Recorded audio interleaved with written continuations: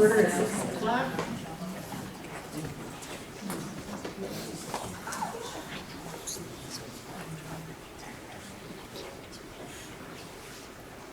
This meeting of the Ripon Area School District Board of Education has been properly noticed in accordance with open meeting law and state statute 19.84 and related legal references.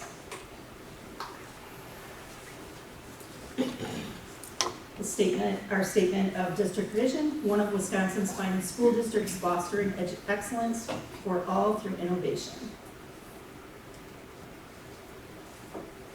And right now, we're going to make a little change. Mackenzie, our student representative, needs to go to another meeting, so we're going to let her say her report first. So the end of April 23rd, there was a youth apprenticeship banquet. So we got to hear about a ton of people's accomplishments and all about their job. We have 45 seniors who had a youth apprenticeship, so that's a good number just to see just how many are having a youth apprenticeship while being in school. Also at the end of April, Earth Science took a field trip, and that was to a wastewater treatment plant. So they were shown how to manage and treat wastewater. May 3rd is when prom was, and it was held at the college. And then there was also a post-prom, which was like casino night that junior parents, I think, held. FFA also had their banquet at the beginning of this month, and then there was also the choir concert, I think, last Monday. May 14th, so this past Wednesday, there was National Honor Society induction ceremony as well as senior recognition and awards night. So a ton of kids got scholarships. And then upcoming news, May 22nd is the last day for seniors, so this Thursday, and then graduate Saturday. And then also all sports are coming to an end within the next month. Some schools on the store. Lots of things, but it's also all coming to an end. Thank you. This is your last. Yeah. Last meeting. Thank you. Thank you. You've done a great job.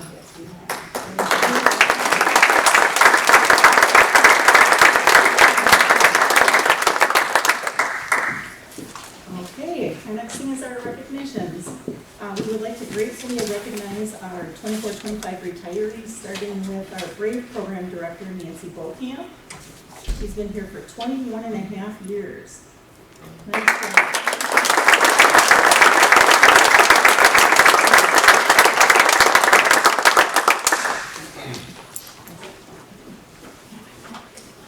Okay, good evening, everyone. I'm pleased to share a few words celebrating Nancy Bokamp's incredible 21 and a half years of service as she steps into a well-deserved retirement. I've had the privilege of working with Nancy for 7 of those years, and it's been an honor to witness her in action. Nancy has directed our after-school program with remarkable smoothness, tackling challenging situations with grace, wisdom, and skill. As director of the BRAVE after-school program, she collaborated with members of the Department of Public Instruction and a UW Green Bay professor to enrich our programs, integrating literacy, math, basic computer programming, inspirational presenters, field trips, and more. Her ability to discipline students with fairness, engage parents with respect, and enhance programming reflects her deep insight. Nancy has always had a way of quietly solving problems. This is one of my favorite stories about Nancy, and my wife and I kind of laugh whenever we talk about this. But a few years ago, at the nature-based playground, kids were encouraged to climb trees. Nancy, knowing that kids maybe shouldn't do that, quietly set her own playground rules for the after-school program, never challenging anyone, just doing it in her own way. In 7 years, not a single parent has complained about her approach, because her goal has always been to ensure that they left meetings with her with their dignity intact. That same wisdom guided her through challenges from students, staff, COVID, and beyond. The second trait I admire is how Nancy faces life's challenges without bitterness. As my pastor recently said, it is easy to grow bitter as we age, but not Nancy. She accepts challenges for what they are and works to change what she can. Her example has always been inspiring to me. Working alongside Nancy for these past 7 years has been a true pleasure. Our district will deeply miss her because she's been one of its pillars. Nancy, thank you for your countless contributions. I hope that your retirement is filled with joy and new adventures. Thank you.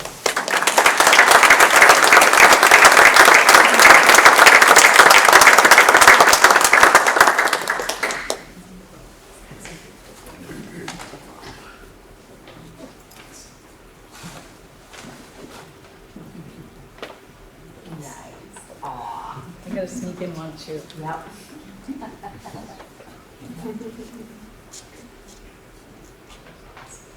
I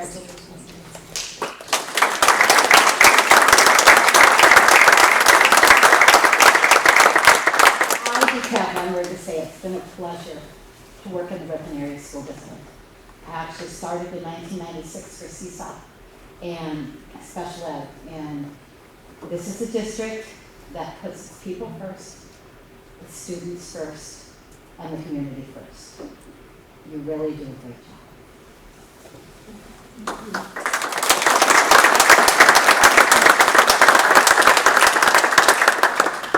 Next, after 21 and a half years of service with the Ripon School District, we would like to recognize our district payroll and benefits manager, Karen Hanke.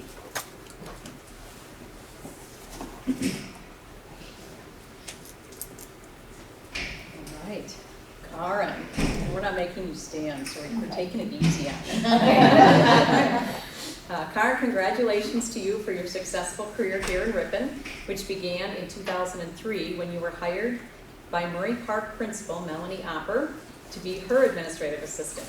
In 2005, you accepted a special projects clerk typist position and moved to the ASC. Then in 2011, you accepted the payroll position, which evolved into the payroll and benefits manager. That is where you were 12 years ago when I had the pleasure to start working with you. At that time, you were on the other side of the district administrative building. Through the renovation processes that we've gone through the last number of years, your office was moved right next to my office. It was then that I realized how often I had been walking all the way across the office building to connect with you and talk with you daily to have information from you. During those early days, we would get into great discussions about what was happening with the new salaries model and how different people were moving on the schedule or should be placed. And that was right as Act 10 came in. Each time that I thought I had it, I would propose something to you and you would explain to me why my calculations were just off a little bit. Your ability to keep every detail straight with regards to timesheets, earnings, stipends, extra pay, and extra duties of every member of the district over so many years is to be commended. Karen, you just knew you couldn't be out sick on any of those days because you had to post payroll. Thank you for that. We all thank you for that. Karen, over the years, you and I have kicked off dozens of new teacher orientation training sessions in August. The first things we both always wanted to do was to make sure that the teachers had their payroll, taxes, and insurance papers in and complete so that they could shift their worries, energies, and focus on the classroom and every details regarding student learning that was to come. You were so patient, answering the same questions over and over and over again. You were here when we offered additional sick days to staff in the face of COVID and have been through so many position eliminations and position additions. You were part of the onboarding and offboarding process of every staff member, including me. My first interaction with Karen as a new superintendent was to stop in the ASC to pick up all of my paperwork on one of my very first days in Ripon. I remember her looking at me and asking my address, and asking what my address was, and I, having only been in Ripon a day, had to tell her, you know, I don't have it memorized yet. I know we're on Watson. I said, I'll have to call you back with that.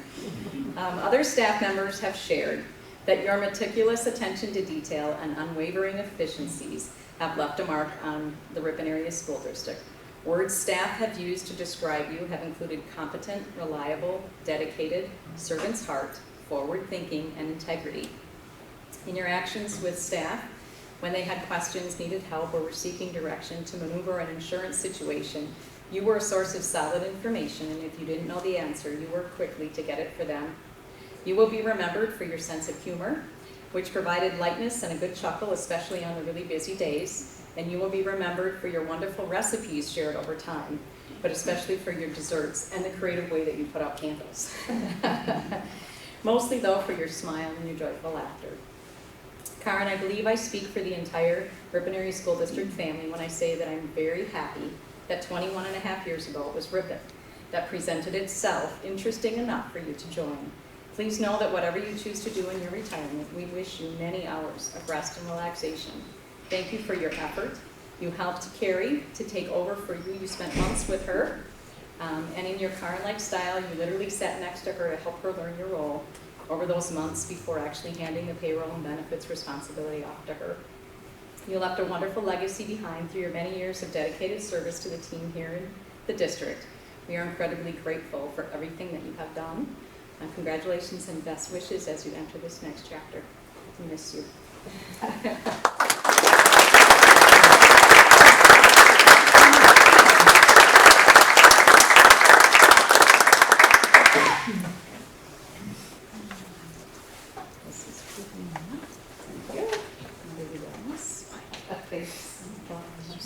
The pictures of the two of you together tonight is really getting to be quite a lot. That's a good thing. Thanks, ladies. Thank you. And I'll just say thank you, to the district as well. Most of you know, when I had liver transplant back in 2021, the district was awesome and allowed me plenty of time, ample time, to take care of myself first. So, thank you. Thank you. And this is a little bag to help you with all your cooking endeavors as you retire. But most especially, this request, in case Trevor's not interested in following through, it says, Alexa, do the dishes. And some other things. Thank you. What that?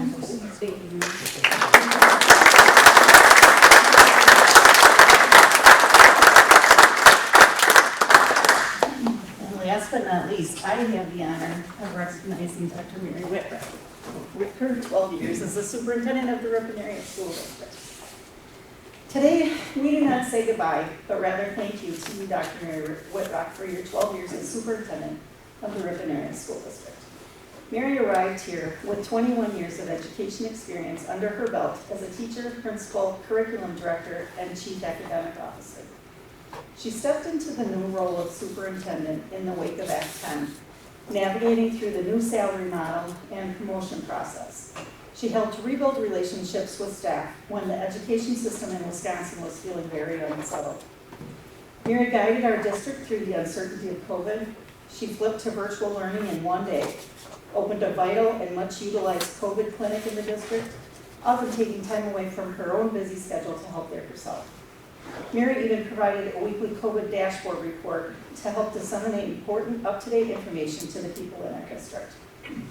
In 2019, Mary helped shape the way students receive education by giving them a virtual option when she helped to open Odyssey Academy of Virtual Learning. Odyssey went from just over 100 students initially to over 500 students in 2020 due to COVID, and is currently again running with over 100 students. Mary helped pass 3 referendums worth over $40 million. These referendums helped improve and update our buildings, as well as keep them running at the high standard we are known for. Probably the biggest task achieved from these referendums were the renovations and additions to the high school, including the room we're standing in or sitting in right now.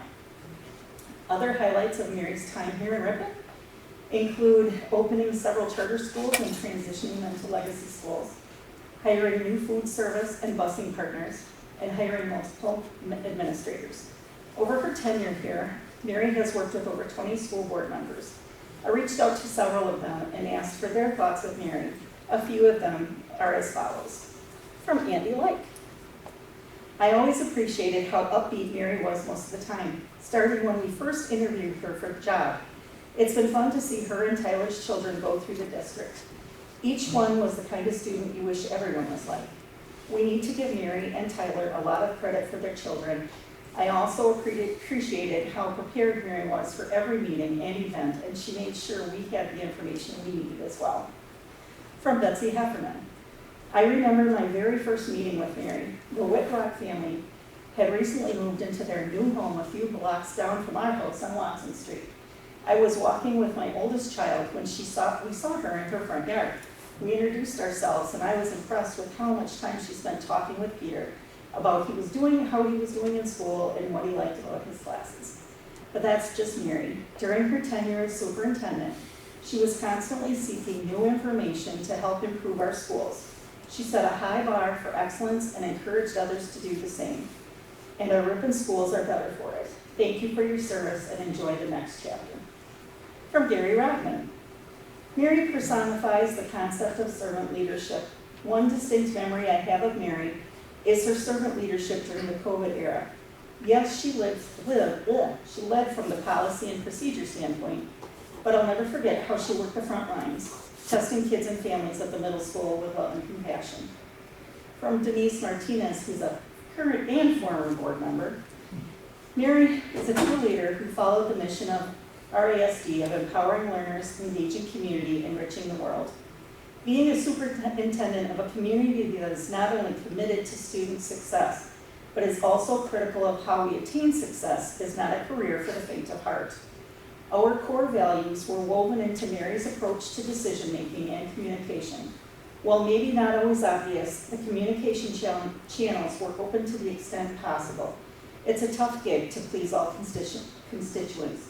In my role as a board member, I felt confident and comfortable discussing difficult issues, knowing that firmness in a decision was part of the results of my conversation. Thank you, Mary, for keeping your eye on the vision, and best wishes for a future of new adventures and fun. From David Scott, previous president.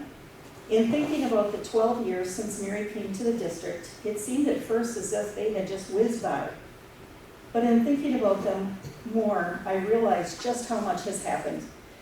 With many highs and some lows, from the renovation of the middle school and high school, through the worst of COVID, through many changes of personnel to lots of new teachers and almost pretty much all new administrators. And Mary has steered us through all of this, successfully keeping the district moving forward, financially sound, with academically successful students. Kudos. Our last one is from Nate Sindice. As a new school board member, I valued the depth of support Mary provided as I grew into the role. She shared a variety of trainings and resources so I could learn how to be an effective school board member. Mary always made time to answer questions and provide updates outside of our monthly board meetings. I appreciate the level of care and commitment she provided the school district and community over her 12 years as superintendent. Mary left a positive impact on the district and will be missed. Mary, you have touched the lives of over 24,000 students and watched almost 2,000 graduate as they walked across the stage here in Ripon in the last 12 years. That is tremendous and extremely honorable. Thank you for all of your hard work and dedication to the Ripon Area School District. Your accomplishments will be felt for generations to come. Thank you.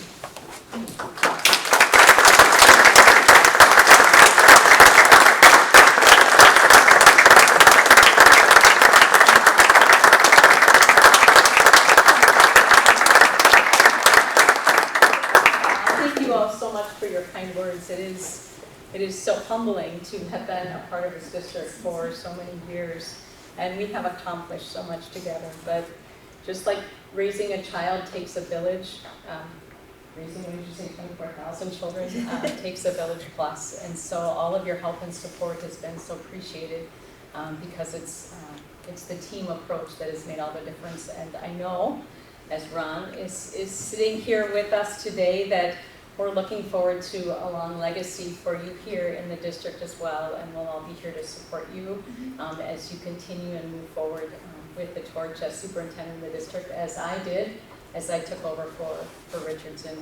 And thank you to all of those of you who have served as board members and those out there who are yet to serve.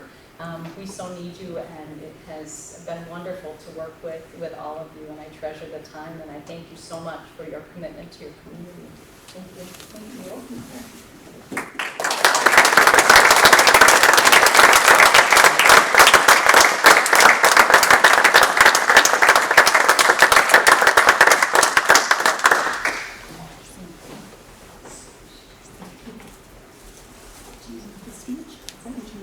Sure.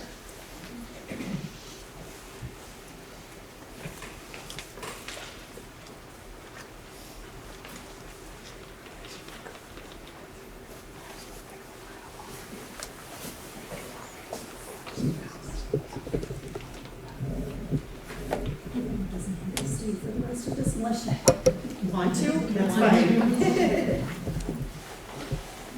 Thank you all so much. Thank you. Yes, yes. Board members.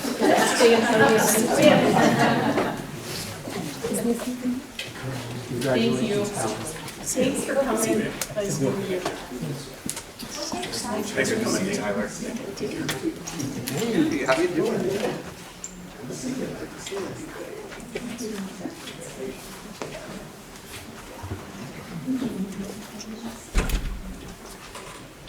No written comments, no visitors' comments. What is that? Does anybody have any changes they'd like to make to the agenda? Everyone accept it as it's written. Announcements of contribution. Nice. We're thankful for a number of contributions this evening. The Fond du Lac Area Women's Foundation donated $500 to our Social Justice Club for their Alliance trip to West Hollywood to attend the Civil Rights and Social Justice trip. The First We Live Foundation donated $6,000 to Murray Park West's Wellness Day activities for students and staff.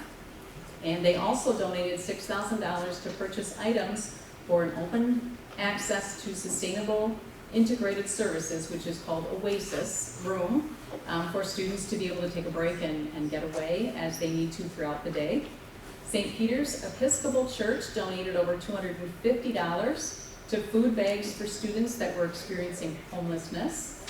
Our Savior's United Church of Christ donated clothing and hygiene items valued over $4,000 and an additional $190 worth of cash, and that was for our basic needs closet. Bing Hu Wang and Feng Chao Hung donated $300 to the Barlow Park staff for Teacher Appreciation Week. Alex A. Dahlman donated $500 to the Ripon High School golf team. And Betsy Heffernan donated $300 through her refusal for taking any school board member meeting payments. So we're thankful for all those donations for helping our school district to run smoothly. Okay, next on our agenda, we have a special presentation regarding the Spring 2027 World Language Costa Rica trip. Hi. So I'm Brad Hurst, science teacher here at the high school, and so it's going to be a language and science trip to Costa Rica in 2027. We originally planned to go to Panama. We didn't get a lot of students signed up for that, so Costa Rica is a little less expensive a trip, so we're putting that out and getting more students signed up for that. So it's going to be an 8-day trip to Costa Rica, similar to what we did in 2024, taking place during spring break, I believe. So, yeah.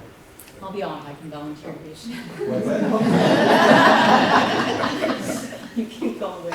Yeah. Last time it was a combination of science teachers and language teachers that chaperoned. So we had 25 students last time. We're hoping for at least 15 this time. So coming out of COVID, the trips were canceled, but restarting again. So we're going to be every other year starting in 27. The itinerary looks awesome. Yes, it does. Does anybody have any questions?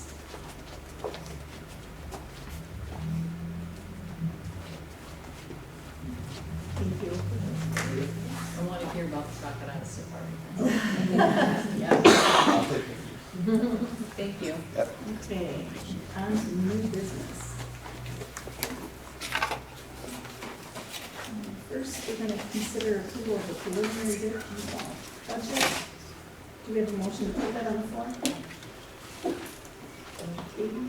Let's see, this one's A second.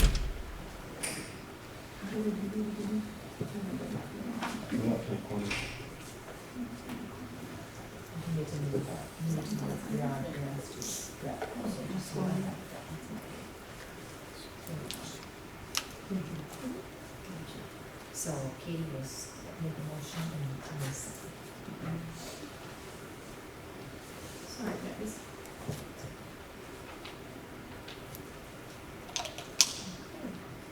Hi, Joanna. Hello. just wanted to sit at the table to kind of talk through some of the outline that we have for the 25-26 budget. A couple of things happened in this last month that are significant. One of them is that the open enrollment period ended on April 30th, so in May we got a chance to look at the numbers that we had. We are predicting with our Odyssey school, we're going to lose about 85 net students. We're going to gain some new ones, but we have many families tell us that they're leaving. And so that has significant impact on our revenue, nearly $700,000 loss of revenue for open enrollment tuition. So we kind of went back to the drawing board with how we're going to try to balance our budget.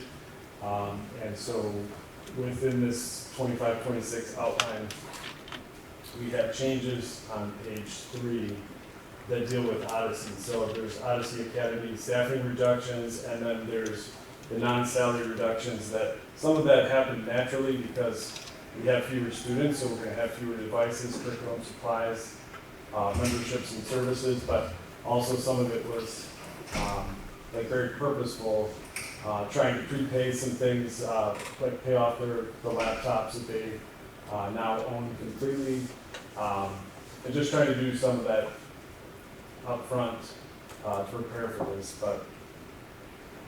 But anyways, it was unanticipated, at least for me, unanticipated, the huge impact that we would have with our new model at Odyssey.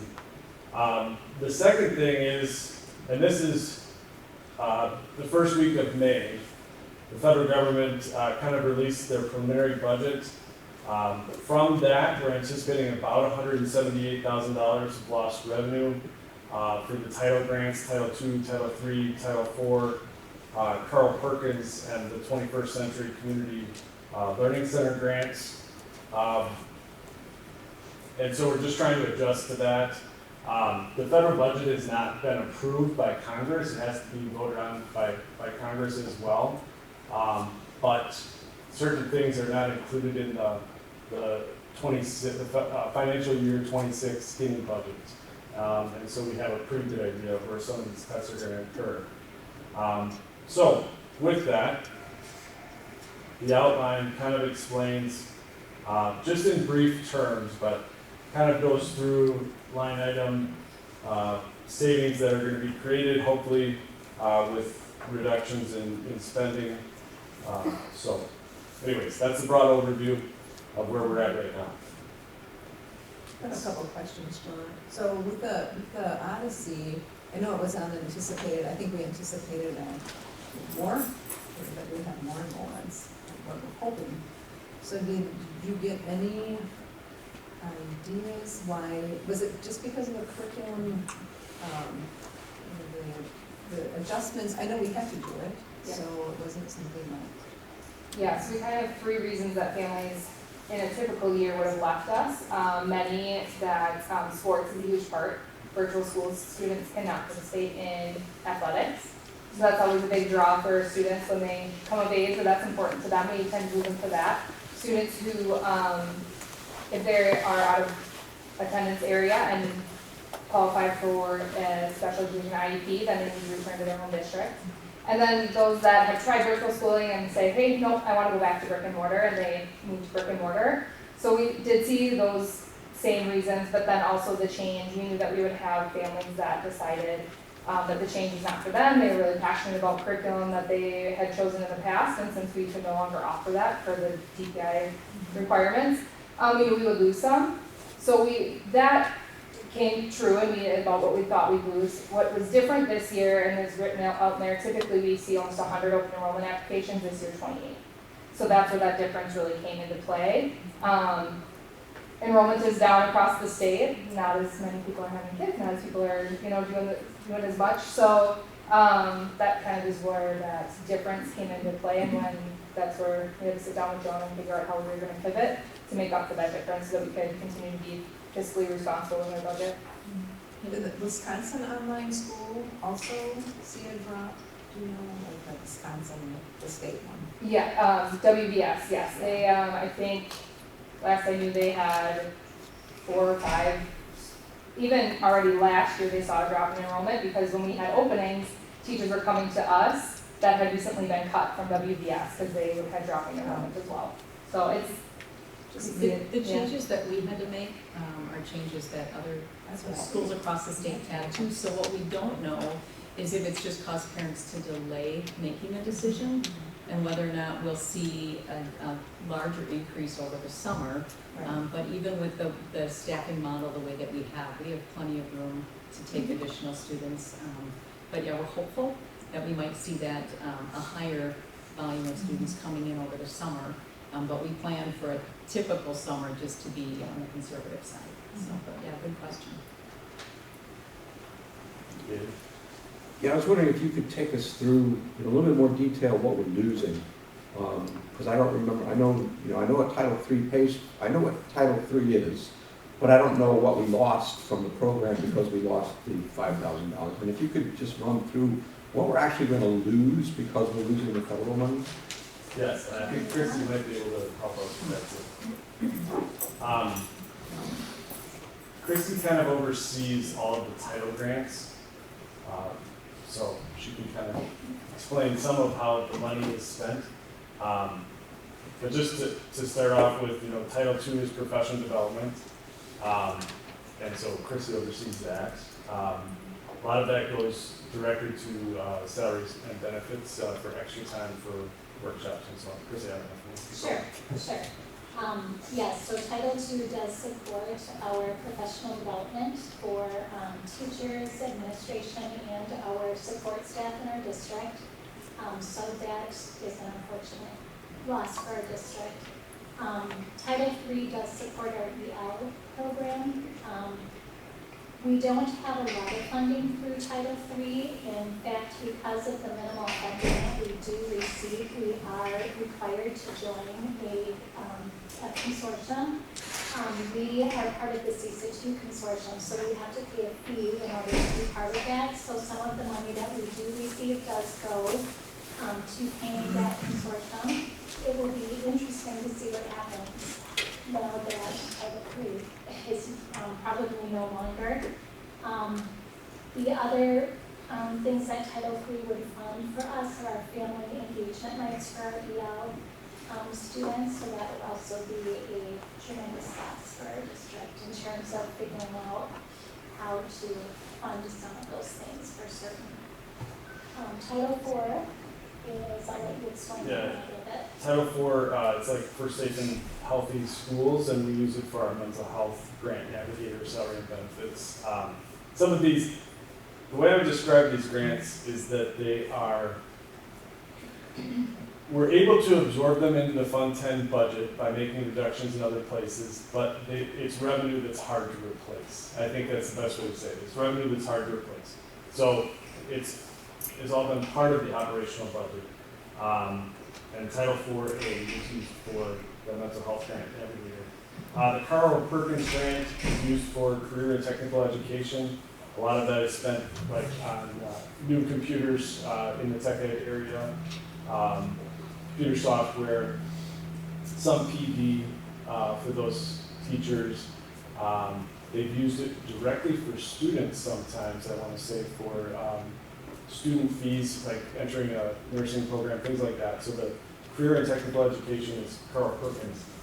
21st Century Community Learning Grant, that is Title IV-B, and that is what's funded our Camp Brave programming and also some of the programming at Barlow Park Elementary. It offered free care on in-service days and enrichment programs, and so that program we're going to talk about later was partially funded by the grant and partially funded by the Community Service Fund tax levy. ESSER 3 we talked about before, that was our COVID relief funds. We had about $1.4 million in ESSER 3. This year we spent $535,000. So that grant was known. We knew that one was expiring and would not continue.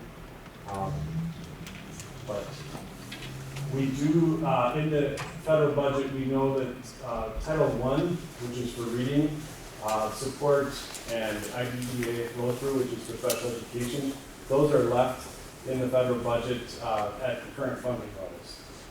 And so some of the things that we've been covering with grant monies, you think we'll be able to cover through operational funds, and some of them will just have to be eliminated? Okay. Yeah. Wasn't Carl Perkins a legislative grant? I thought that was like legislative in a different way. That's been, Carl Perkins has been around since the seventies. So I was kind of surprised to see that. I mean, I know at the college level, it's career pathways.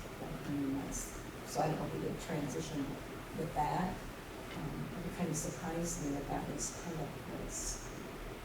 And we're trying to, the federal budget that's been released so far is an outline, and it doesn't get into a ton of detail, but we can see areas where discretionary funds are either completely cut or totally or partially eliminated. And so when I was just watching a webinar from WASCO, and they mentioned Carl Perkins by name as one of the grants that we need to prepare for. But I do think that some of these things might be left in the federal budget at maybe a reduced rate or be awarded to schools differently in like block grants. They've talked about issuing states block grants where they don't have maybe as many strings tied to it, where it's not necessarily just for career and technical education, but it's just given to the Department of Public Instruction. But we don't know. We have to see how this all unfolds. I think probably the most important message is that we're all staying tuned, because there may be additional things that Jonah has to come forward to the board and say we have to make additional adjustments once we know what that kind of budget looks like. But this is a good indicator of what that outline looks like and areas that we think may be impacted. Because as you said, if it's not in at all, there's a chance that it may not be put back in, but at least if it's in, we would see some funds. And we're trying to be proactive and just assuming that this is what's going to happen, but we're making assumptions, and as Mary said, we just need to stay tuned and stay ready to adjust. Were any of the positions, staffing reductions in the grade 5 behavior interventions, were those ones that we already had planned for? Okay, so that's what I thought. Those aren't new ones. Okay, thank you.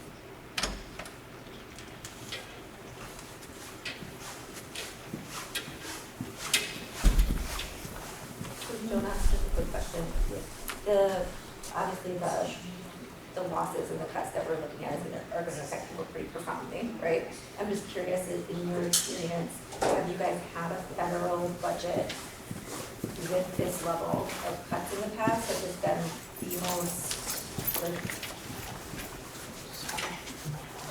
the most impactful amount? Because I saw that the current administration's proposed budget, that there's $13.7 billion in education cuts that you had put in the memo. Yeah. So you haven't seen something like this before? No. This is probably, this is the most challenging situation that we've been in with state or federal cuts. We haven't seen anything like this with federal cuts. I think the federal funds have always stayed flat or increased. The allocations for federal do vary from year to year. We have had a decrease in Title II particularly over the years. There has been a decrease, but for sure not to this extent. And again, we're not alone, it's across the nation. Right, I think that's really unfortunate. We don't know for sure yet, but this is just kind of what we think might be on the horizon. Especially with the 21st Century Community Learning Center, which would impact our grade program, especially on our in-service days. We want to at least get that message out to parents to be thinking in the event that that would go away, to have kind of a plan or backup plans. Any other questions? Any comments? Thank you for putting this together. Thank you. Even if it's preliminary.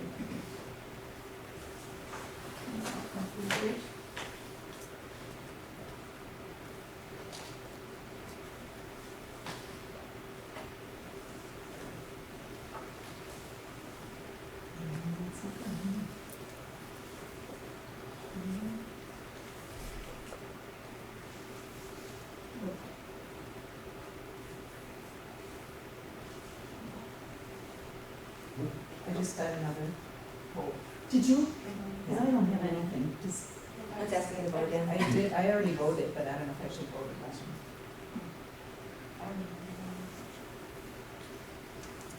did everybody get one? I got a second one. I have a second one now. Okay. I haven't got any. You might have to rejoin the meeting. Okay, I'll do that. Do we have to join anything? Usually if your screen starts to go to sleep, you have to rejoin the meeting. So my vote might not count, like, maybe. We'll wait to see. Well, I'm gonna vote again. Hey, and Collins too.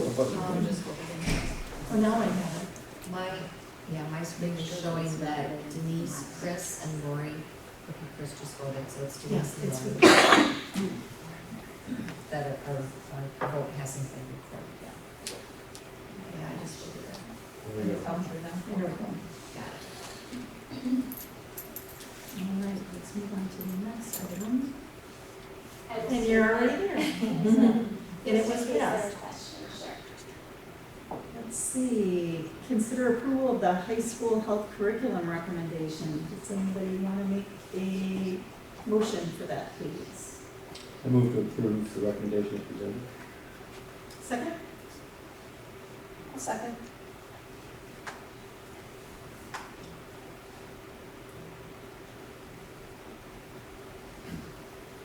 Chrissy? This is our second look at it. Yeah. Yes, it is. Yeah. I Anything just thought new? I'd stay in case No. people had any questions for me at all. Anybody have questions or comments for Chrissy?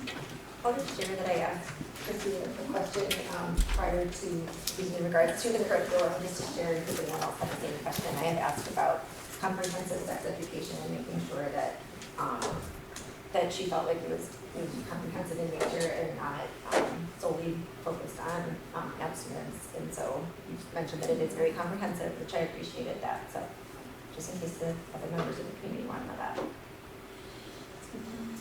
And I guess just so the board is fully aware too, we do have a human growth and development advisory committee that is composed of clergy and staff members and nurses and healthcare professionals from outside of the district that do provide input and are part of selecting the topics and things like that that are associated with our curriculum.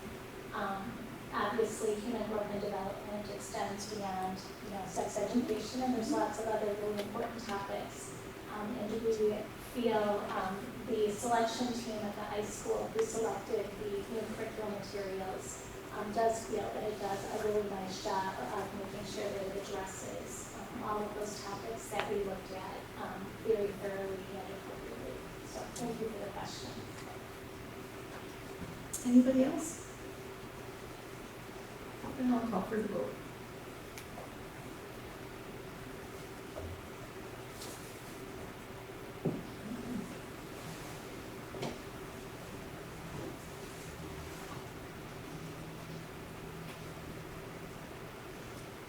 Passes unanimously. Next item is to consider approval of the preliminary 2025 summer school staff proposal. I'll make a motion to approve. Thanks, Denise. Second.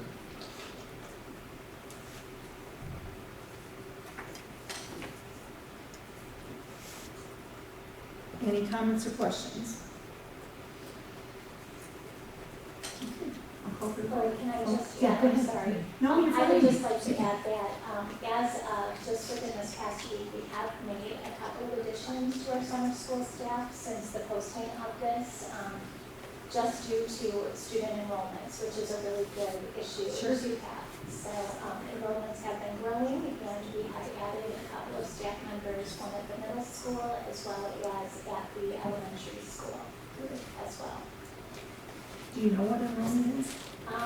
Not off the top of No, my that's head, we don't have those numbers, but, it's looking promising.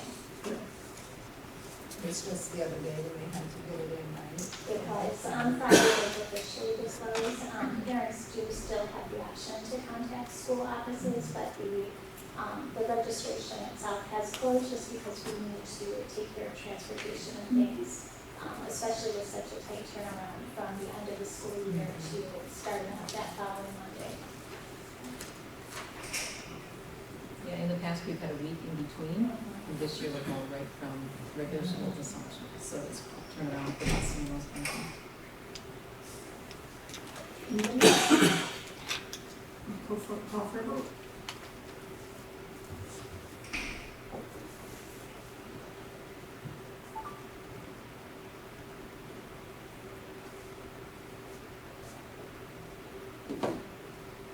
That passed with 8 and 1 abstention.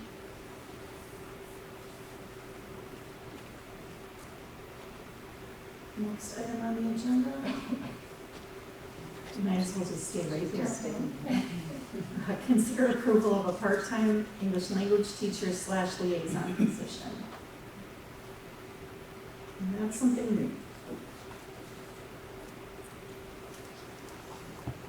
This is an item that we did bring to new business, and we are requesting action actually for the board to consider potential acceptance of this anonymous donation that we have been made aware of. Chrissy, I need to have a motion. I'm sorry. No, that's I'm okay. sorry. No, that's okay. I need to have someone make a motion. I move to approve the part-time EL teacher liaison position contingent on the receipt of donor funds as presented. Second. Sorry, Chrissy. No, that's okay. Could this change the other budget item of the, or is this totally different? Yeah, this is- This is It's separate because it's grant, It's all one donation. donation, okay. This is a one-time, one It year. would be a one-time only.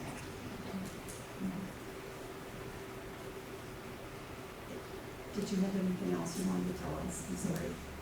No, that's okay. I was just going to say when, and actually David did it so eloquently when the motion, but it really is contingent upon the receipt of those donated funds, and I did note that in there.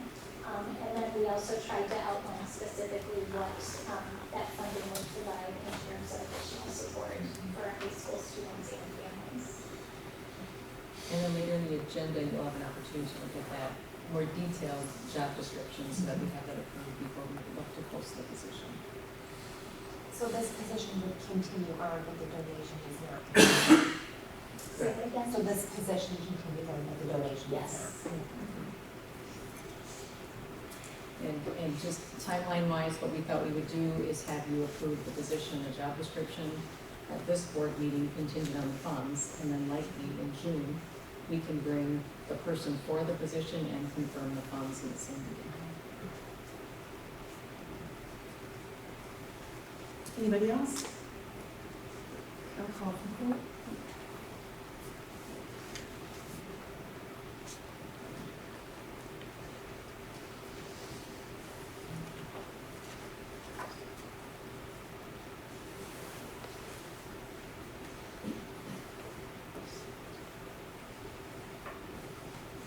This is unanimously. Next item, consider approval of the clerical student support job description and the EL teacher / liaison job descriptions. Do I have a motion to put that on the board? This is new to, if you want to speak a little bit about the change in that. Do I have a Just in motion? case there's questions. I'll make a motion. Yes, Denise. Second? Thanks, Chris. And this is a new. So one of the positions is the one we were just talking about. The other is just some movement within our clerical and nursing staff to meet the needs of students. So So I can give some background to that. We currently have 1 part-time RN in our district and 3 full-time LPNs. And so each year we sit down and we have to look at the medical needs of our students and kind of how they ebb and flow between buildings. And what we're looking at is always where our most critical medical needs are, and that's where we always aim to position our LPNs. We are in a unique position this year where all of a sudden all of our medical needs, those critical, meaning higher level needs that really do need that skilled nursing support as opposed to what all of our staff are trained in. They all really have moved to that middle high school level, and then we still have a couple at Murray Park. all of the students that are currently at Barlow this year will be able to be serviced just through the basic medical care training that any of our staff are given. And so what we would look to do is shift, we're going to be shifting the LPN that is currently at Barlow. She's going to shift to be at the high school, serving as the nurse here. And then our formerly middle and high school nurse is going to be just at the middle school. She'll be backfilling that position of secretary as well. So she'll move into those nurse/secretary positions. And then our LPN that is at Murray Park would remain there. And then Sean would be hiring for that clerical student support staff, which would essentially be like the more typical secretarial role that we've seen in the past. And then we would prioritize hoping to find somebody that has that medical background so that in the event that we do get that student that maybe moves to our district or develop some sort of critical medical needs, that we would have somebody with the experience. And we have several interested with those backgrounds. So. When I started, we had a half-time nurse for the district, and now we have three LPNs and a half-time nurse. So it still leaves plenty of trained individuals to cover. Our nurse is still able to float and be at Barlow as needed. Plus, we have someone else in the office at Barlow that actually is trained as a nurse, but we're not using her in that capacity. So we do feel like we're well covered. Currently, regardless of whether this individual for this position has a background, our other administrative assistant at Barlow is a licensed LPN as well. So not serving in that capacity, but it's reassuring to know we have somebody there with that background. Would they be able to help with reporting? Oh, absolutely. Yep. Yeah, and we'll sit down at the beginning of the year, and we'll still have our LPNs as well as our RN. We'll still ensure that all of the medical needs of our students are covered. They'll still do all of those things, to your point, use the paperwork, everything, just to make sure that that is done by somebody who's licensed and has that background. So. This is a new position? Correct. It is new. It's kind of a shift because our secretary that's currently at middle school has resigned. So we've been able to Okay, so essentially. it's not really a new, Correct. in staffing, it's not a new position, Correct. it's just a change of A change of job responsibility. description, simply because the job descriptions that we had in the past for our secretary positions were all kind of those grandfathered in. We used to call them like clerk typists and things like that. So we've been able to update the job description to match the rubric that we've used to work with our clerical staff on. So no impact to budget in that way, but just being able to shift those positions around to meet the needs where they are. Any other questions? I'll call for the vote.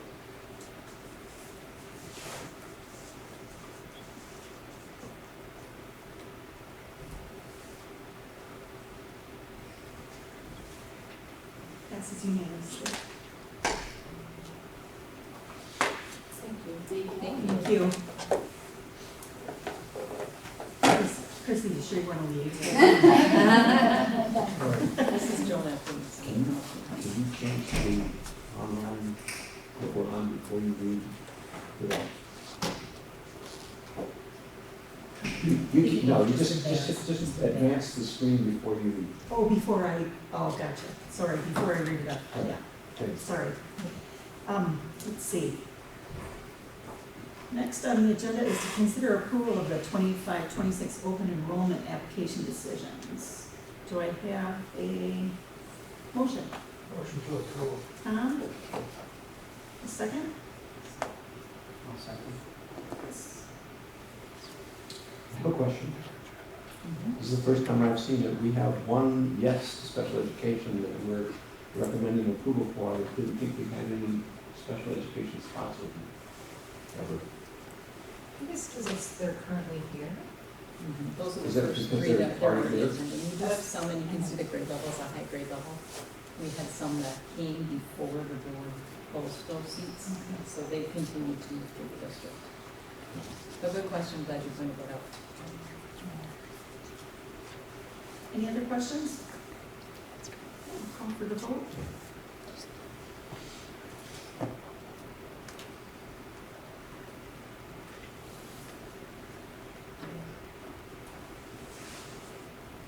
And that passes unanimously. Moving on to the next item. It is the first of several policy readings. We can't do these all at once, right? We talked about that before. Consider approval of the first reading of the volume 34, number 1, 10.7, do we have a, let's see. I move to approve the first reading of this group of NEOLA policies. Second.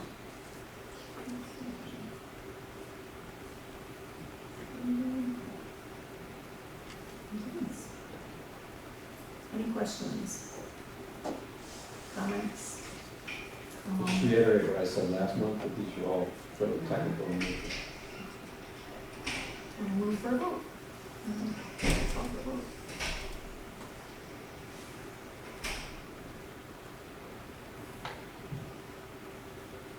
Passes unanimously.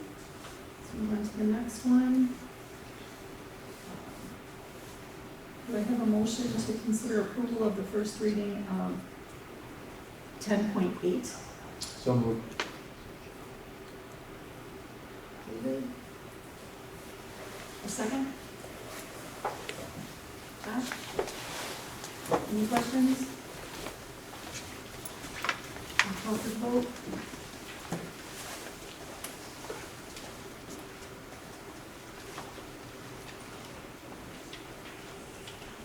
Passes unanimously. We'll move on to 10.9. Do we have a motion to consider approval of 10.9, the first reading? So moved. David? Second? Second. John?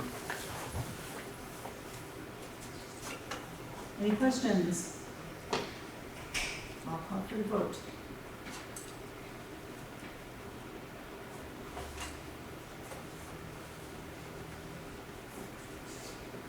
And that passes unanimously. Next, we'll move on to 10.10. Do I have a motion to consider approval of this? So moved. David? And a second? Second. Denise?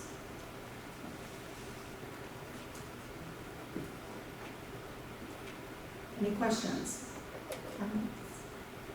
I just have a comment. People should be reading these things because it's really useful to get a better sense of what this gets you informed as to what the policies really are.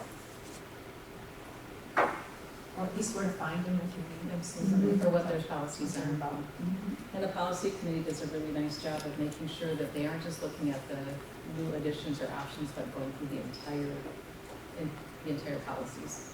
And I think student records is one of the biggest, it's like 30-some pages, so It's a lot. somebody to go through and really look at that and make sure it's the needs. I'll call for the vote. Oh, okay. Oh, I didn't even know that. Where are you going? I think it helps you learn too about the district, like what we do, and the reasons we run. So I find it very informative. It's a pitch for being on the policy committee. Thanks, Travis. Cool. That passes unanimously. Next, we have 10.11. Do we have a motion to, put 10.11 on the floor? So moved. David, a second? Second. Tom? Any questions or comments? And I'll call for a vote.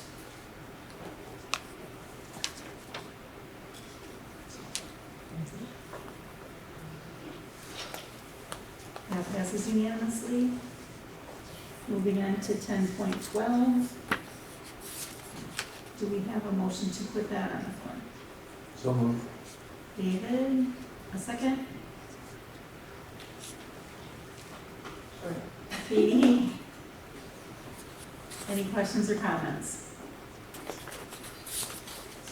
I'll call for the vote.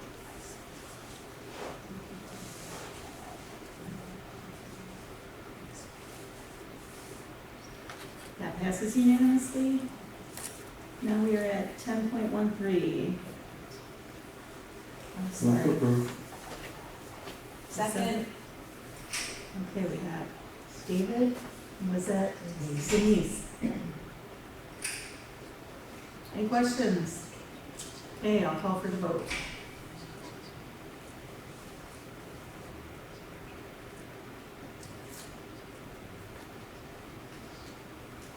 Did anybody get it? No. I did.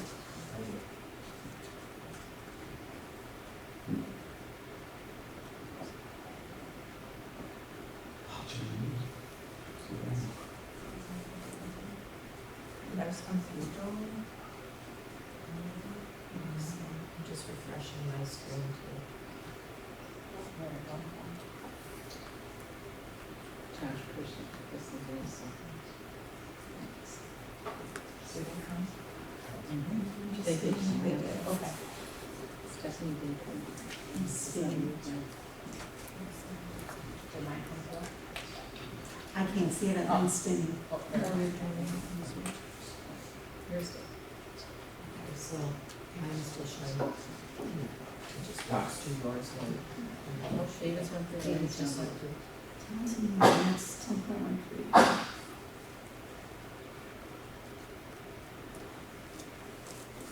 This is the purchase.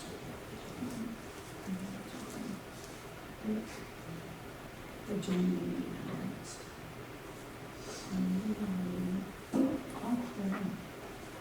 There we go. That passed unanimously. Next month, you guys can do that all in one shot. on Yeah. the Yeah, consent agenda. that's Awesome. It's gonna be good. Next we have up personnel. Consider approval of part-time professional educator contracts for 25-26. I move to approve the part-time professional educator contracts for 25-26 as presented. Thanks, Denise. Sorry, David. Second. Did you?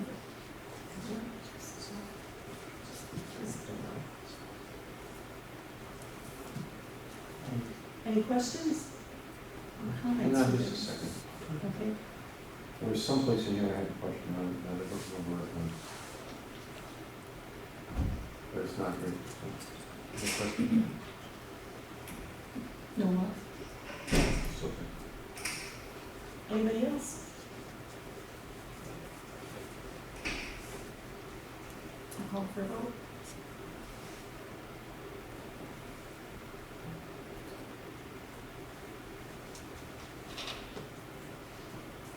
That passes unanimously. Next is the consent agenda. Any item that anybody would like to remove from the consent agenda at this point? Okay, if not, can I have a motion to approve the consent agenda? Motion to approve. Tom and Josh.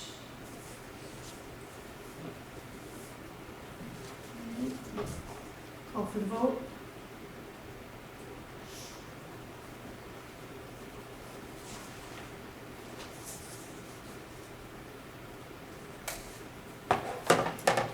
That passes unanimously.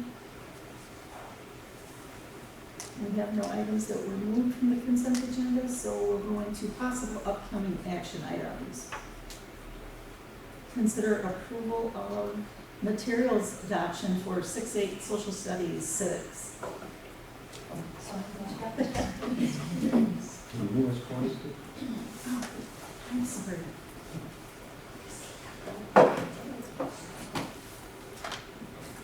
Are you again? No, you're going too far. You were on there. I went back. Come back again. Okay. We're on the wrestling. Mine still? It's interesting, hers is showing the. Yeah, mine shows materials. Try clicking where it's sync, but, everyone is. Very tricky shit plus. Yeah. Right.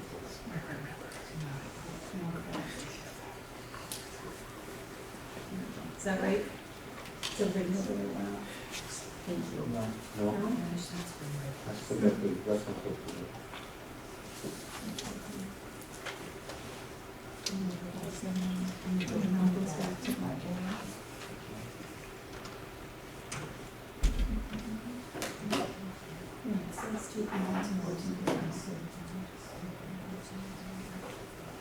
now?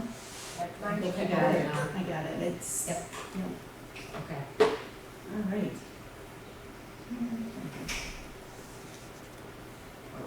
Okay. Okay. I was hoping we were up here to talk about the wrestling coach. No good today. So yes, we did bring forth a proposal to adopt some additional resources to support the new civics scope and sequence that was recently adopted by the Wisconsin Department of Public Instruction. As the memo outlines, we've done some substantial work around the topic of civics since the release of the scope and sequence, particularly at the middle school level at this point. They've kind of been our pilot and have been really instrumental in bringing this forth to our social studies curriculum, particularly at the middle school, which we then hope to expand further into the high school. Our elementary schools, I noted that we do cover civics, but it is certainly integrated into our other curriculums. We do have a standalone social studies curriculum at the elementary schools, but we are in the position that we are doing a lot more integration into our literacy, just because of the requirements with Act 20 and things like that. So the proposal that I bring forth to you is really focused on the middle school adoption and how they plan to integrate the civic scope and sequence standards into their curriculum. We are really excited about the work that they are doing. We're doing some shifting in terms of the focus at each of the different grade levels, which we think will really set the students up for even greater success when they transition to the high school as well. All three grade level teachers are very excited about this and the work that they did. So all three of them have talked to me about it. I see the previous focuses, but are you infusing a little more civics into it? Or what is, that's what it seems like kind of yellow? Okay. Yes, sixth grade will essentially stay the same. It's the seventh and eighth grade that is really doing some shifting of their focus. Seventh grade in particular will really focus on that civics.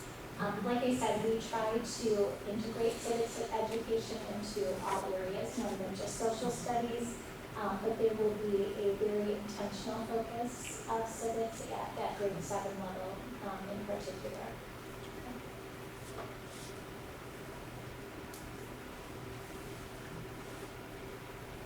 Any other questions?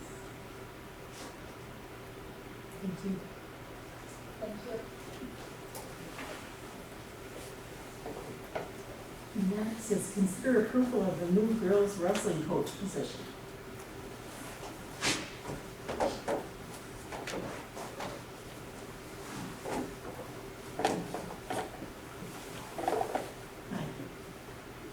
Any questions from your How many girls do you have now? We only had one this year, we had one last year. We're looking at growing that quite a bit. Actually, our younger numbers, our youth program, it's actually quite high. Right now, we're looking at about 14 girls within the next 4 to 5 years. And with the new conference that we're going to in the SCC, actually every school has a full girls wrestling program right now, except us in Berlin. So hopefully that will grow in this conference, seeing that Hopefully other it'll girls are stay the same participating in it. conference. What's So that? it'll stay in the same conference. Yes, yes. So what will happen in the, like these transition years? So if we only have one girl wrestling, what does that do to the scheduling? Yeah, it makes it really difficult, to be completely honest. We had one this year, and this year, the WIA allows separation at events, but as of next year, it's complete separation, you have to. So, for scheduling purposes, we do have to create a separate schedule completely for the girls, and they do have to attend multis, which are like our tournament events, completely separate at a separate location. And we do have a coach that does take them, we just use van transportation for something like that. It's been cumbersome for 2 coaches trying to separate themselves, and one will take all the wrestlers and go to one location, and then there might be a JV event the same day, so it's like, how do we manage JV girls and varsity for the boys all in one afternoon? So this will make it easier. Makes it a lot easier for There's everyone. gonna be one head coach and then one. Yeah, one for the boys and one for the girls, yeah.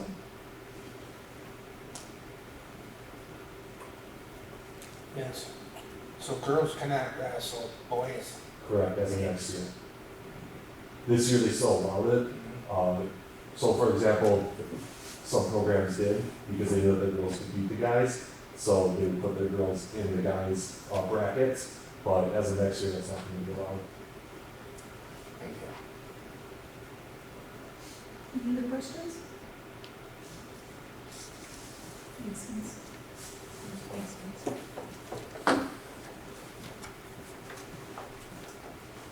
Okay, consider approval of changes to the Brave before and after school program.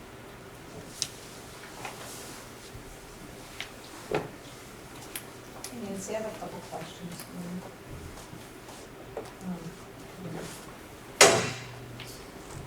you. So, I understand you want to. Before we start, does everyone know everyone? Sorry. And they want to just do some introductions, just to make sure. I'm Eliza Stevenson. I am currently the coordinator of our Camp Ready program. I'm Hannah Howell. I'm currently the Barlow Park coordinator for the before and after school program. I'm the retiree. I think my question is pretty simple. At the Barlow and Murray Park, I think you had before school was for K through 5. Will the 3 through 5 be bused then once like they'll get a pickup in the morning? There is a shuttle bus that buses them from Barlow Park to Murray Park every single morning, and that will be continuing next year as it will still be for 3 through 5. Okay, that's kind of what I thought, but then my other question then was like for the homework help, is it proposed that this would be from a current licensed teacher would just stay or Yes. teach? Okay. It would be the same as the middle school and the high school. We would go down to 3 through 5 would be the same. Is it always the same person? I don't really know. No, it's not always the same person. It's the opportunity that the certified teachers can even recruit children that they would like to have come in for tutoring. So you might have a 3rd grade teacher that has 3 or 4 3rd graders. You might have a 4th grade, might have a 5th grade teacher, or you might even have a 4th grade teacher that takes on some 3rd grade and 4th grade. It would be the need and the needs that arise, and therefore then they would get always be by a certified teacher. Okay. Yeah, and I can tell you as a mom, it was incredible when your child's teacher was the one actually doing the homework help after school. Yeah, I just wasn't sure, but I wanted to. And that's what happens many times right now. We do have certified teachers that teach, that do homework help, just homework help. The kids go to them, and many times you always try to put a child with their teacher if their teacher is one that's doing it. I have a question. What do you anticipate the decline to be with the Boys and Girls Club now coming to town? I think that's where we started seeing the decline in the 3rd through 5th, and we realized that with the Boys and Girls Club coming in, we could coordinate with them because they tend to want to have the older kids. It's a brand new facility, there'll be things for them to do that we can't do at Murray Park, and that we see that this is a chance to really bond the community and help where that Boys and Girls Club, it'll help us. It'll help the school, but we still, if we keep the homework help, we're still taking the most needed child that needs the help, can still stay at school and do that.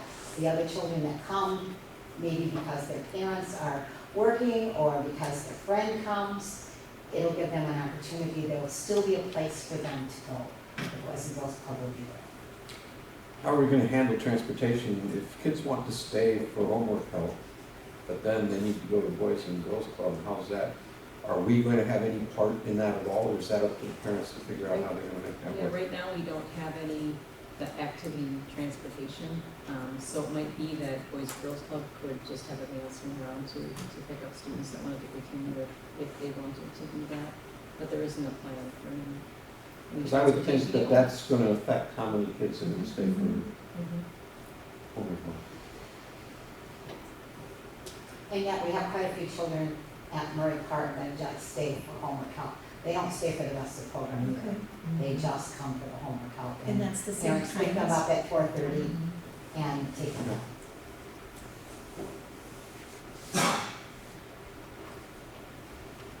It's a good question while I'm reading. Thanks for putting it all together. It's really helpful. Thank you, Tom. Any other questions or comments? Yeah, have we run by I mean, do parents have any idea about the possible fees yet? We have an informational meeting in the community room here on Thursday night that we've invited every parent that has been involved in Brave this year, and it's also gone out on social media for anyone to say to them, this may happen. If the funds are completely out of the budget, then this is the only recourse we have. But for many people, it'll be going back to the way it was. Barlow Park did charge a fee, and we were very fortunate the last 6 years to have the grant and to go with the grant and be able, they do not allow you to charge. So now, also, Jonah had looked back that we aren't going to charge any more than what they get charged at the Boys and Girls Club. That we're not gonna up the fees at all. That was gonna be my question. There is a fee at the Boys and Girls Club. Do they have homework help, and are we? I'm not sure what all programs they are going to offer, but they do have a fee also to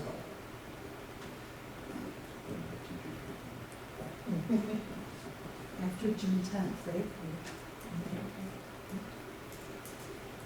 Anybody else? Thank you. Thank you.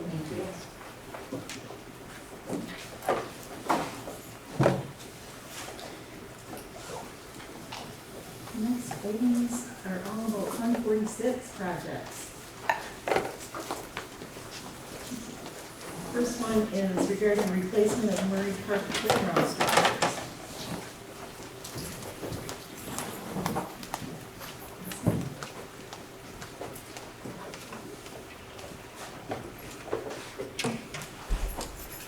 So this project's been a project I think we've talked about probably 6-7 years since I've been here, just looking at fundraising and looking what are we gonna do with the playground as it ages. The playground's been original to the building, was added, I think, shortly after the building was built, for the records that I have. And then we've been able to replace parts to an extent, but we've slowly made things disappear because things were no longer available. Our hitching, or our end point this year was when one of the slides cracked. We had no easy way to fix it without modifying, and then I had to look at the integrity of the structures, and they, one of the vendors that we partner with have shared with us that it is at end of life, being that 30+ years old. So Ripon, retired principal, started fundraising prior to Jesse. Jesse was still a teacher, a third grade teacher, and then Jesse's kind of moved into the role of principal here, so I'll let her kind of jump in with what her thoughts are on it. Yeah, so a bunch of the pieces no longer work. If you look at the slideshow attached to the memo, I had some students go up and kind of indicate some of the areas that are not functioning the same way they used to.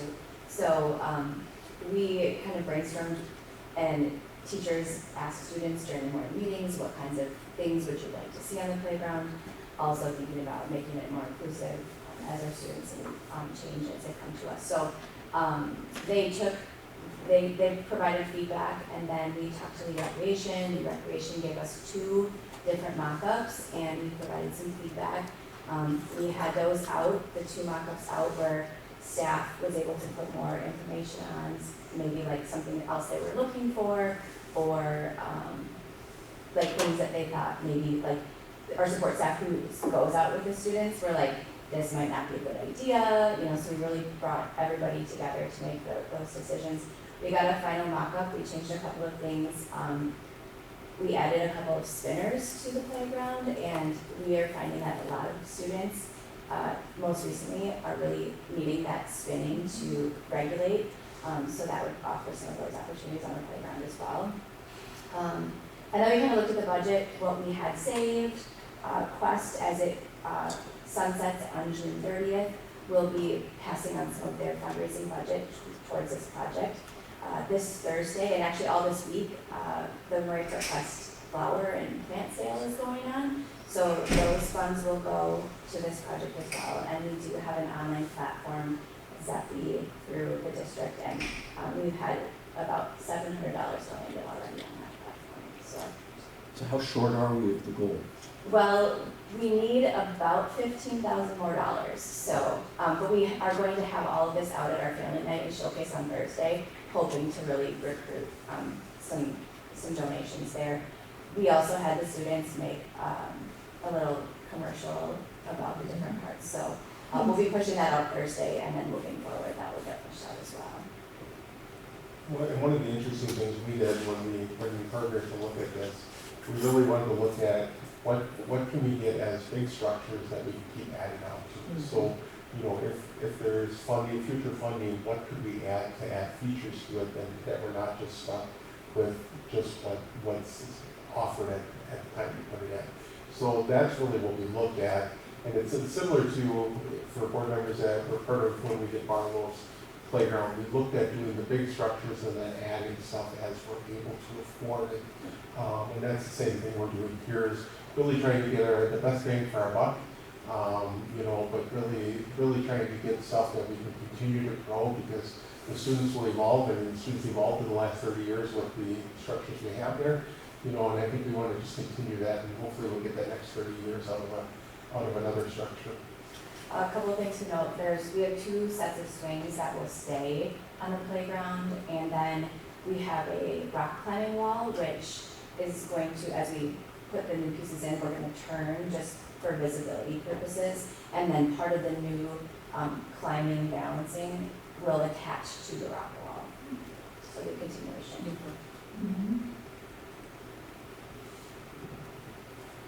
It looks fun.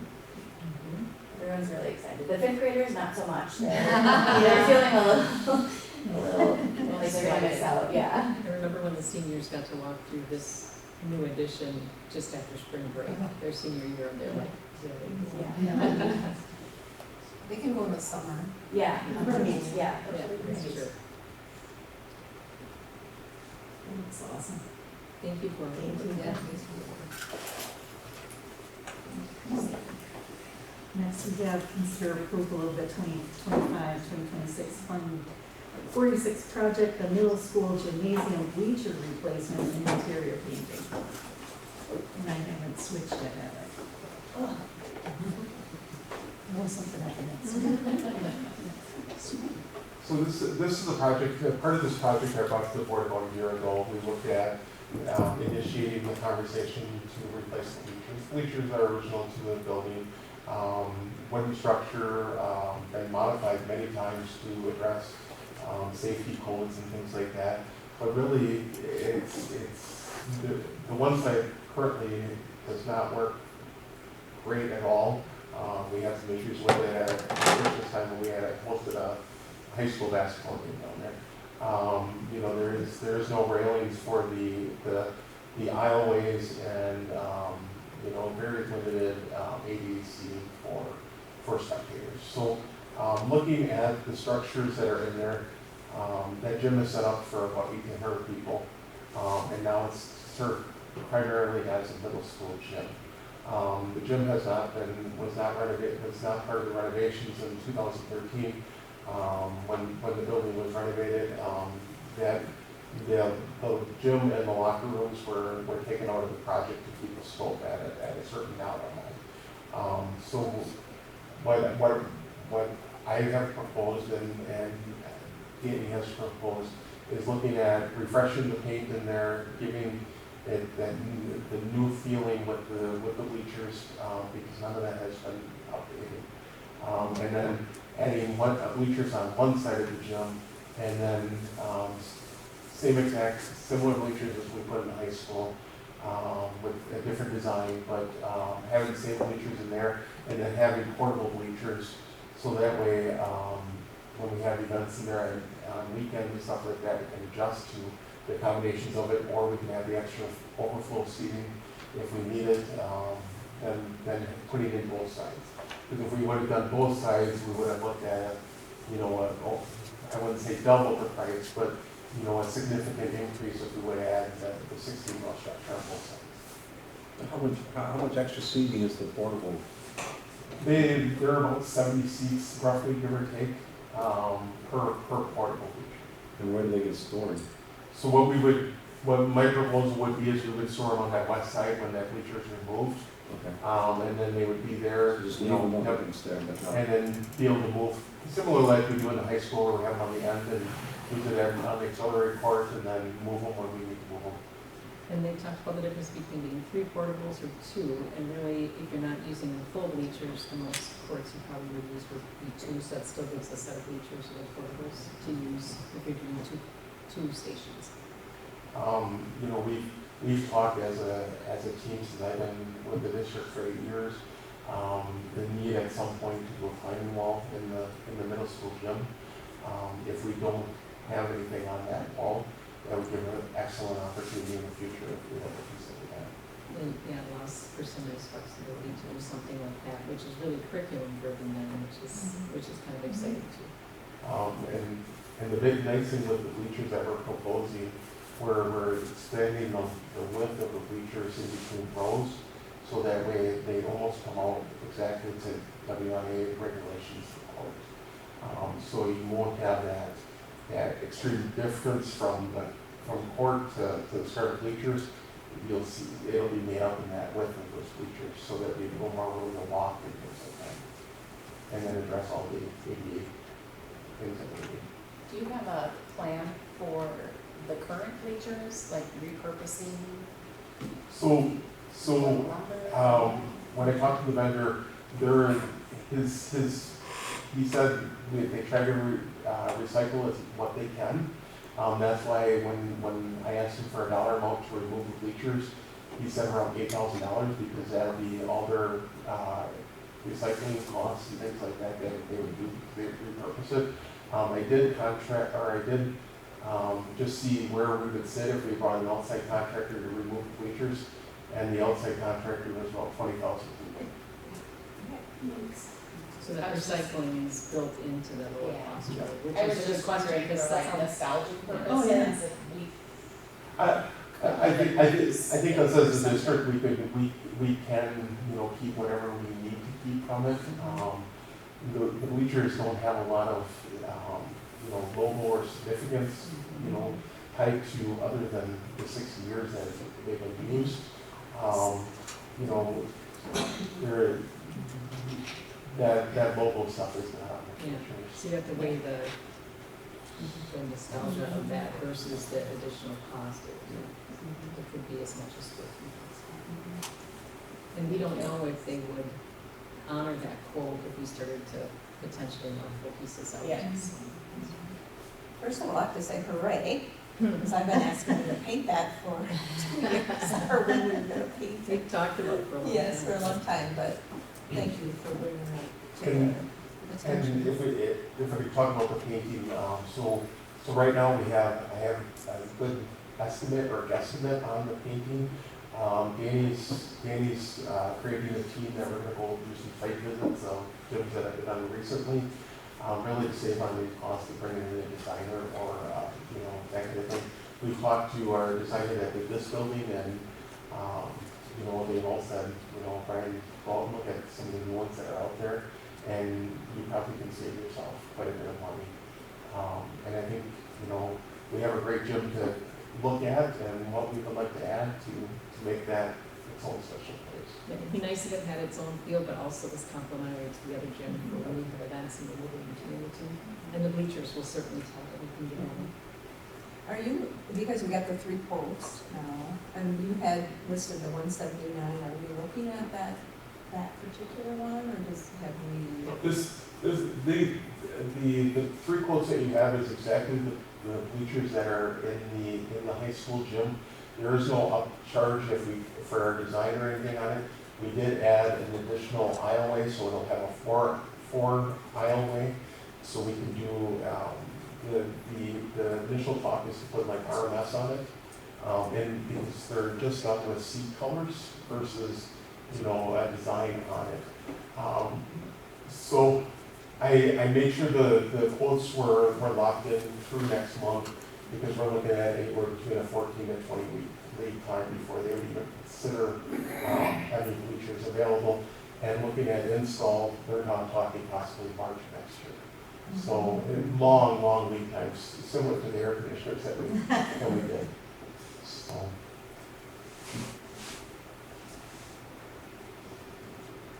Any other questions? Okay, let's see. We'll move on to the next one. You just stay right where you are.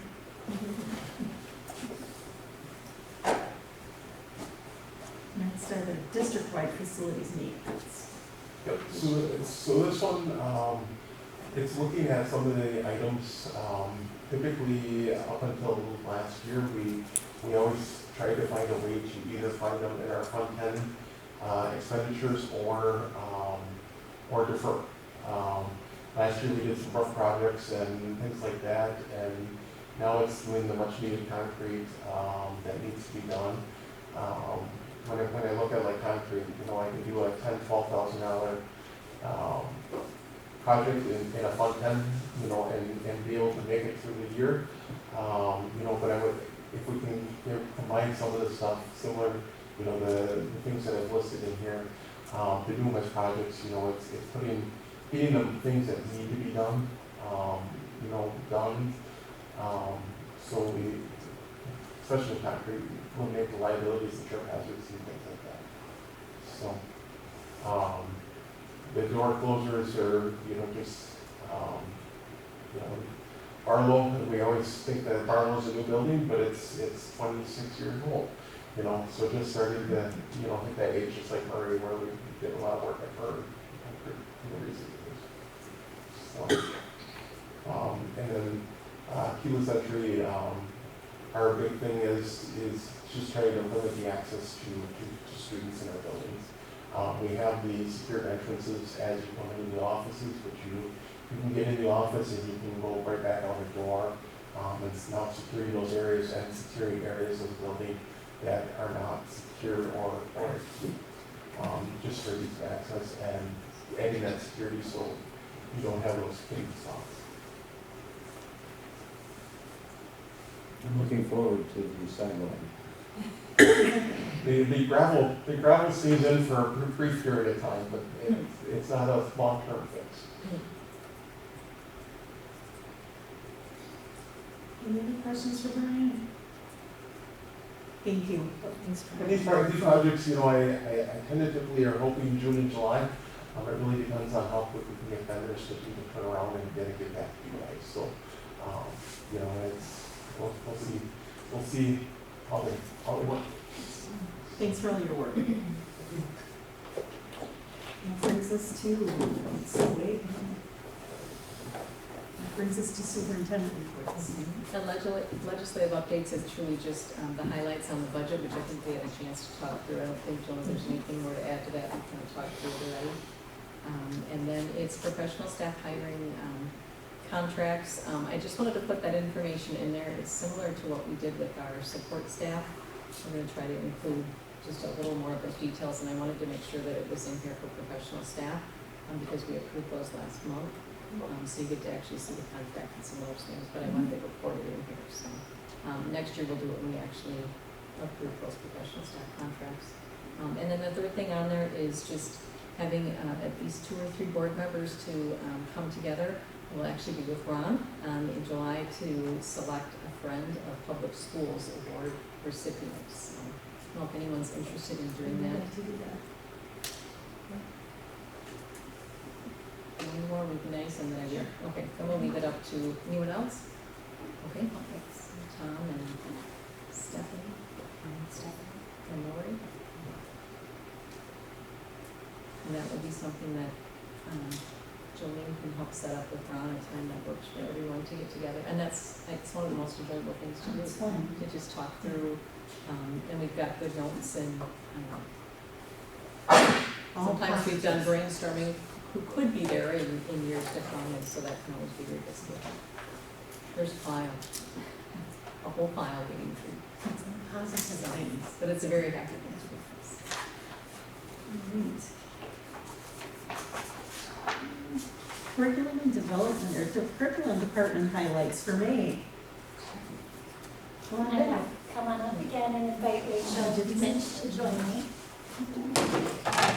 We just wanted to provide just a quick summary of our poverty simulation that we had posted in our last teacher in service. So we invited Rachel because Rachel is actually instrumental in bringing that poverty simulation to Ripon.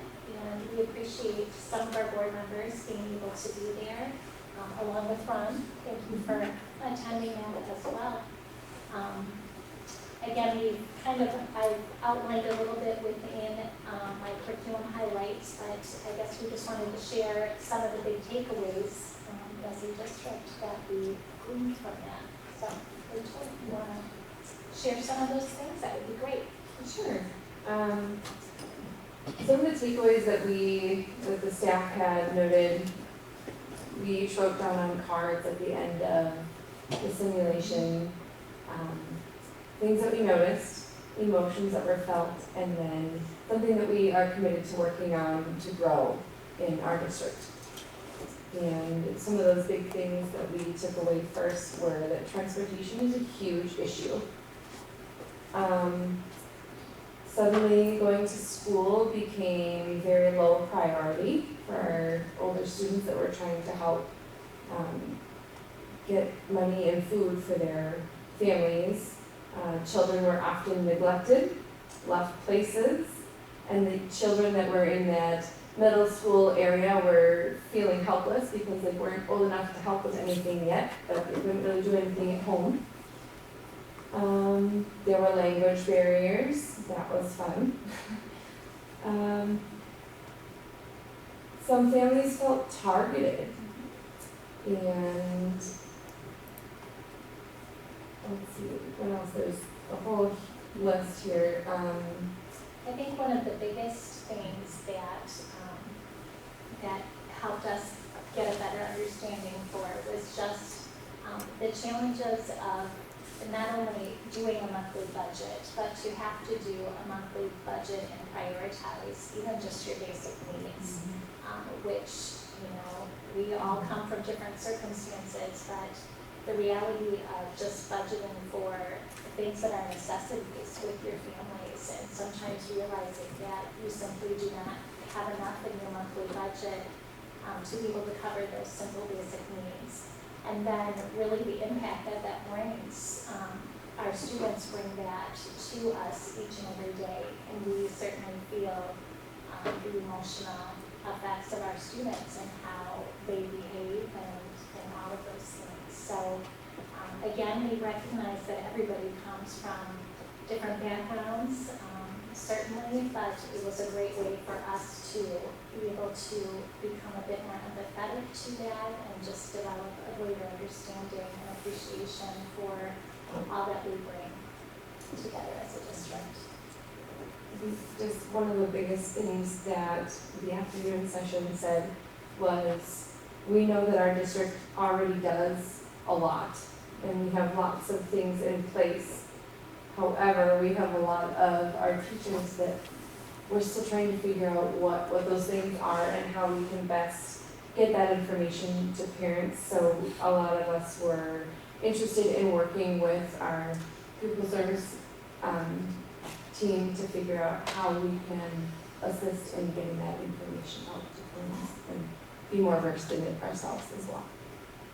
I think that's what I noticed the most when we went in a circle, how much there was available that people didn't know. I mean, some good things teachers are doing and administrators are. It's amazing what it's, but we have to get the word out, right? It's not everybody knows. You're right. In the afternoon, that was said by almost every teacher, that there's so much stuff, but we don't know how to get it to who we need to get it to. We are very fortunate, our people service team does an outstanding job of making sure that, you know, those resources are available and it's communicated to our families. When Rachel talked about transportation is a big deal, we find that in our own district and the amount that we help families with transportation costs because they simply don't have it to our schools is just, it's astounding. And that was a true reality as we were going through that simulation for sure. I think another realization that we took away was just making sure that the experiences themselves that we provide to families within the school day are truly equitable for all families. You know, things that we think about even from holiday celebrations, whether it's costumes, whether it's, you know, even spirit dress-up days. Not all families have access to some of the things that, you know, we think we're doing kids a service by saying, let's dress up in team spirit wear. Well, there are some families that don't have team spirit wear or costumes and things like that. So again, it just helped broaden our understanding and appreciation and really just a greater awareness for how we might support families in the future as a result of that. And again, thank you to Rachel for bringing that opportunity. That was part of her master's level cohort. And we appreciate that. The simulations are done across the nation, and this happened to be one of Rachel's facilitators, instructors who led this particular simulation.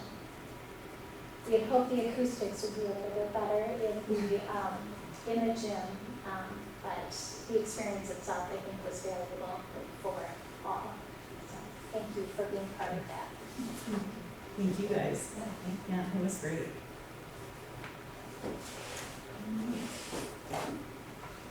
Next item, business-related reports, the general fund budget report and the food service budget report.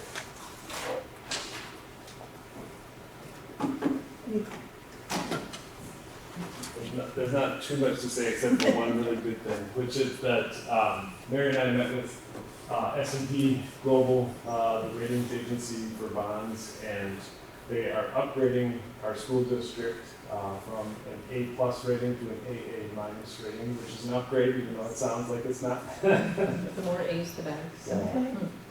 They were, I think, most impressed that the district property values have grown so much over time. Since the last time they did an in-depth review, I think it was 2014 was the last time they did an in-depth review. And last year alone, the district-wide property values increased more than $100 million. And so there's been tremendous growth over this time. And then the second thing was that we paid down some of our debt early, which they were pleased with that. And so I think those were the two big things that helped. And you don't have to do anything with this, it's just something that happens. So we wanted to put it on here so that you were aware of it. But under the budget report, it's not going to be easily searchable. So in order to make it searchable, we want to put it on a consent agenda next time. We'll just say that you are accepting it. But that way it can have its own budget heading, and then it will be searchable in the future if anyone wants to go back and see it. You know, how many years from now, if it changes, you can go back and search it. So you'll see it next month, but there's nothing that you have to do with it. It'll just be in the consent agenda. Congratulations. Yeah, that's Yeah, great. it's really a cool. It's a whole community celebration. Yeah, it is. Anything about the food service that we need to know that's new? No. Thought I did, while you were there. All right, next. School operations reports. Any comments or questions for any of the building principals? All right.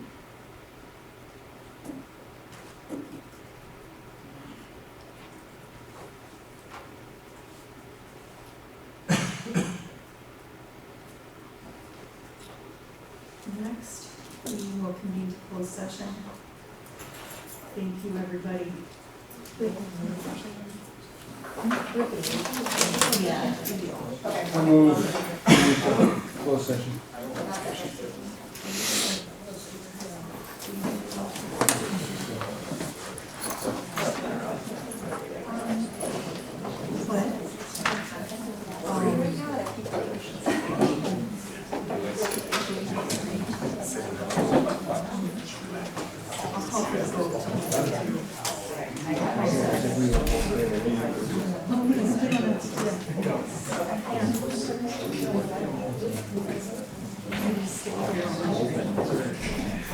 Scotty, yes.